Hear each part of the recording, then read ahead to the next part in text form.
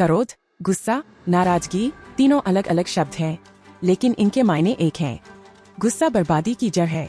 इसकी वजह से कई परेशानियां एक साथ शुरू हो सकती हैं। क्रोध में लिए गए निर्णय किसी का भी जीवन बर्बाद कर सकते हैं।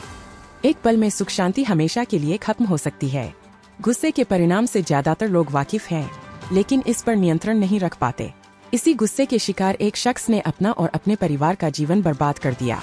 देश को अलग अलग 2 राज्यों में हत्या की 2 सनसनीखेज घटनाएं सामने आई हैं। पहली घटना राजस्थान के हनुमानगढ़ जिले की है। यहाँ एक बाप अपनी बेटी पर शादी का लगातार दबाव बना रहा था।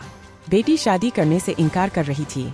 उसका कहना था कि वो अभी पढ़ना चाहती है, जीवन में कुछ बनना चाहती है, लेकिन बेटी का इनकार बाप को नागवार गुजरा।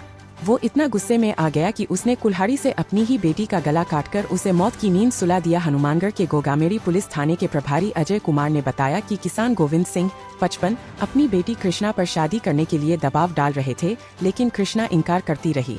शनिवार को जब कृष्णा सो रही थी तब गोविंद सिंह उसके कमरे में गया और उस पर कुल्हाड़ी से हमला कर दिया। इस हमले में वो बुरी तरह घायल हो गई। परिजनों ने उसे अस्पताल में भर्ती कराया, लेकिन उसकी मौत हो गई।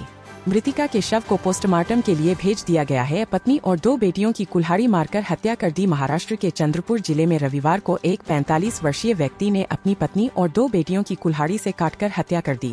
इसके बाद अपने घर पर उसने आत्महत्या का प्रयास किया, लेकिन उसकी जान बच गई। यह घटना जिले के नागभीर तहसील के एक गाँव में हुई। 3 महिलाओं के शव उनके एक रिश्तेदार ने देखा, जिसके बाद उन्होंने पुलिस को सूचना दी। मौके पर पहुंची पुलिस ने तीनों शवों को पोस्टमार्टम के लिए भेज दिया। आरोपी को गिरफ्तार कर लिया गया। पुलिस अधीक्षक मुम्मका सुदर्शन ने कहा कि आरोपी अंबादास तलमले ने अपनी बेटियों प्रणाली 19 और तेजस्विनी 20 पर कुल्हाड़ी से हमला किया और परिवार की वित्तीय स्थिति को लेकर झगड़े के बाद अपनी पत्नी अलका 40 की हत्या कर दी। तलमाले ने कथित तौर पर खुद को मारने का भी प्रयास किया, लेकिन पुलिस ने उसे पकड़ लिया।